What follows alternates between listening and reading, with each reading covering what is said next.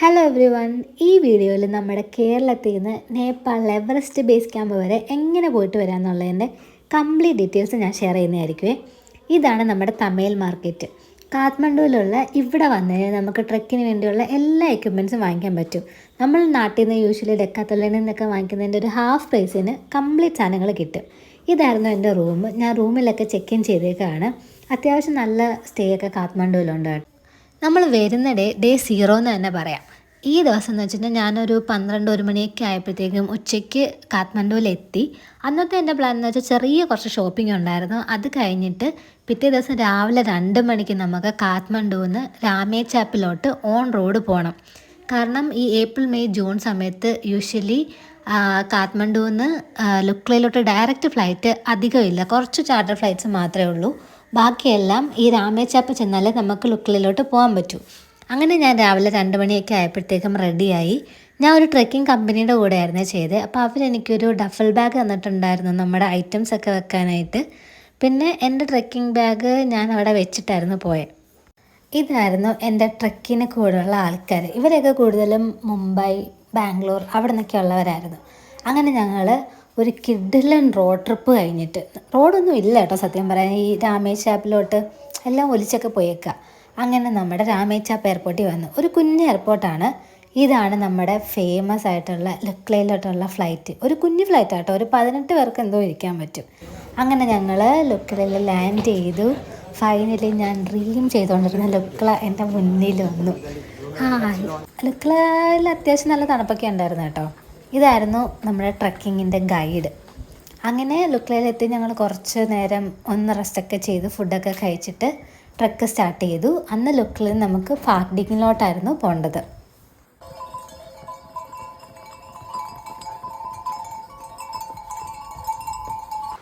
ദേ ഈ കാണുന്ന കഴുതയെ കണ്ടോ? ഇങ്ങനത്തെ കഴുത, പിന്നെ യാക്ക്, ഇതിൻ്റെയൊക്കെ പുറത്ത് കയറ്റിക്കൊണ്ട് ഇവർ സാധനങ്ങൾ EBC വരെ കൊണ്ടു ചെല്ലുന്നത്.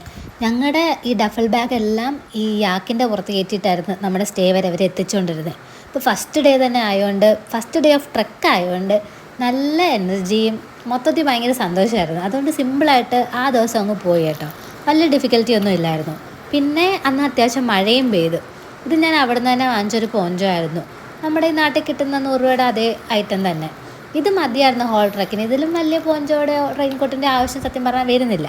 പിന്നെ ഞാൻ ട്രെക്കിംഗ് പോൾ ഇവിടുന്ന് തന്നെ വാങ്ങിച്ചു. ഇവർ 2 പോള് യൂസ് ചെയ്യാനാ ഗൈഡും എല്ലാവരും പറയുന്നത്. പക്ഷേ എനിക്ക് ഒറ്റ ഒരു ട്രെക്കിംഗ് പോൾ യൂസ് ചെയ്ത് നടക്കുന്നതാണ് ഇഷ്ടം. അതായിരുന്നു എനിക്ക് കുറച്ച് കംഫർട്ട്. അപ്പം അങ്ങനെയായിരുന്നു ഞാൻ ഫുള്ള് നടന്നത്. ഈ വേറ്റു നാംചെ എന്നൊക്കെ കാണുമ്പോൾ ഭയങ്കര സന്തോഷമായിരുന്നു കേട്ടോ. ഈ നാംചെയൊക്കെ കാണാനായിട്ട് ഞാനിങ്ങനെ വെയിറ്റ് ചെയ്തിരിക്കുകയായിരുന്നു. ഇതിപ്പം നമ്മുടെ ദൂത്കോശി റിവറാട്ടോ താഴെ കാണുന്നത്. ഈ എവറസ്റ്റിൽ നിന്ന് പിന്നെ സ്പ്ലിറ്റായിട്ട് വരുന്നൊരു മെയിൻ റിവറാണ് ദൂത്കോശി. നമ്മുടെ സ്റ്റേയുടെ ഏകദേശം അടുത്തെത്താറായി. അന്ന് സത്യം പറഞ്ഞാൽ വലിയ ഡിഫിക്കൽറ്റി ഒന്നും ഇല്ലായിരുന്നു. സുഖമായിട്ട് അങ്ങ് എത്തി. ഇതായിരുന്നു നമ്മുടെ ഫാക്ഡിങ്ങിനുള്ള സ്റ്റേ. അത്യാവശ്യം നല്ല കംഫർട്ടബിൾ ആയിരുന്നു കേട്ടോ. ബെഡൊക്കെ ആയാലും ബ്ലാങ്കറ്റ് ആയാലും. ഞാൻ ഡേ 1 തൊട്ട് തന്നെ സ്ലീപ്പിംഗ് ബാഗ് യൂസ് ചെയ്തിട്ടുണ്ടായിരുന്നു. മസ്റ്റാണ് കേട്ടോ സ്ലീപ്പിംഗ് ബാഗ്. സ്ലീപ്പിംഗ് ബാഗില്ലാതെ പോയേ ചെയ്യരുത്. ഞാൻ ഇപ്പോൾ നോക്കിക്കൊണ്ടിരിക്കുന്നത്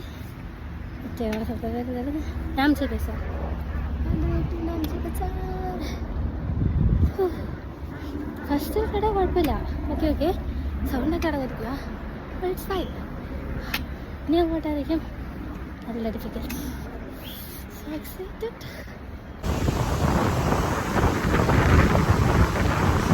അങ്ങനെ ഓരോ ബ്രിഡ്ജ് ക്രോസിങ് വന്നു. ഫസ്റ്റ് എനിക്ക് ബ്രിഡ്ജ് ക്രോസ് ചെയ്യാൻ നേരം താഴോട്ട് നോക്കിയപ്പോൾ നല്ല ഡെപ്ത്, അത്യാവശ്യം പേടി വന്നു കേട്ടോ. പിന്നെ അങ്ങ് കോമൺ ആയി. പിന്നെ അതൊക്കെ സിമ്പിൾ, ആ ഒരു മൈൻഡായി. ഇതിപ്പോൾ നമ്മൾ സെക്കൻഡ് ഡേ നാംചയിലോട്ട് പൊയ്ക്കൊണ്ടിരിക്കുകയാണ്. കഴിഞ്ഞു. ഇപ്പോഴും വലിയ കുഴപ്പമൊന്നുമില്ല. മെൻ്റലി ഫുൾ സെറ്റാണ്.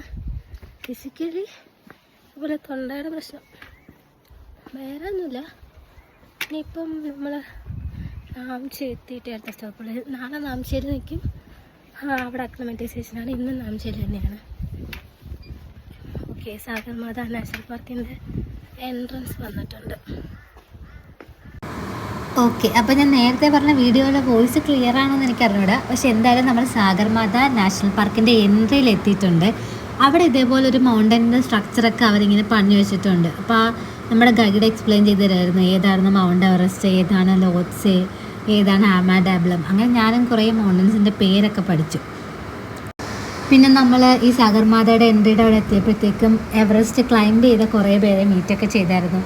നല്ലതായിരുന്നു അവരുടെ എക്സ്പീരിയൻസ് ഒക്കെ കേൾക്കാനായിട്ട്. പിന്നെ നമ്മൾ ഈ ഒരു പോർഷൻ എത്തിയപ്പോഴത്തേക്കും ചെറുതായിട്ട് ഒന്ന് റെസ്റ്റ് ചെയ്യാനായിട്ട് ട്രക്കൊക്കെ നിർത്തിയിട്ട് ഇവിടെ കുറേ നേരം ഇരുന്നായിരുന്നു. ഇതൊരു റിവർ സൈഡായിരുന്നു. നല്ലതായിരുന്നു കേട്ടോ. ഇവിടെ ഭയങ്കര പീസ്ഫുള്ളായിട്ട് നമുക്ക് കുറച്ച് നേരം ഇരിക്കാനൊക്കെ പറ്റി. ഇത് ആക്ച്വലി ഒരു പുതിയ ട്രക്കിംഗ് റൂട്ടാണെന്നാണ് നമ്മുടെ ഗൈഡ് പറഞ്ഞു. നേരത്തെ എന്തോ ഒരു ലാൻഡ് സ്ലൈഡൊക്കെ വന്നിട്ട് പ്രീവിയസ് ട്രക്കിംഗ് റൂട്ട് മാറി പുതിയൊരു ട്രക്കിംഗ് റൂട്ടാണെന്ന്. ആക്ച്വലി നമുക്കിപ്പോൾ ഗൈഡ് ഇല്ലെങ്കിലും EBC ചെയ്യാൻ പറ്റും കേട്ടോ. കാരണം ട്രക്കിംഗ് റൂട്ടൊക്കെ വളരെ ക്ലിയറാണ്. കുറേ ഏരിയയിലൊക്കെ ഞാൻ ഒറ്റയ്ക്ക് തന്നെയാണ് പോയത്. ബിക്കോസ് എൻ്റെ സ്പീഡ് ചിലപ്പം എൻ്റെ ടീംമേറ്റ്സിൻ്റെ സ്പീഡുമായിട്ട് മാച്ച് ആകത്തില്ല. പിന്നെ കുഴപ്പമൊന്നുമില്ല, കംപ്ലീറ്റ്ലി സേഫാണ്. ചില സമയത്തൊക്കെ നമ്മുടെ അവിടെ നിന്ന് ആരും കാണത്തില്ല, മുന്നിലും പുറകിലും ഒന്നും പെട്ടെന്ന് നോക്കുമ്പോൾ ആരും കാണാൻ പറ്റത്തില്ല. എന്നാലും കംപ്ലീറ്റ്ലി ഒരു സേഫ് ആൻഡ് കംഫർട്ടബിൾ ട്രക്ക് എന്ന് തന്നെ പറയായിരുന്നു കേട്ടോ EBC.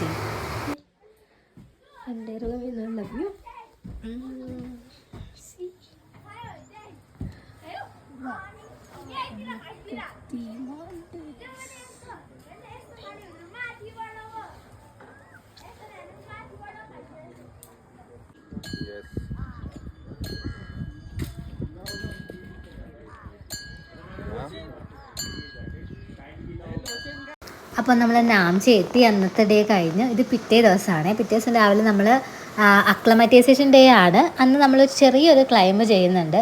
ഒരു എവറസ്റ്റ് വ്യൂ പോയിൻറ്റ് കാണാനായിട്ട് നമ്മളന്ന് പോകുന്നുണ്ട്. അപ്പോൾ ബാക്കി ഞാൻ നെക്സ്റ്റ് വീഡിയോയിൽ ഷെയർ ചെയ്യും.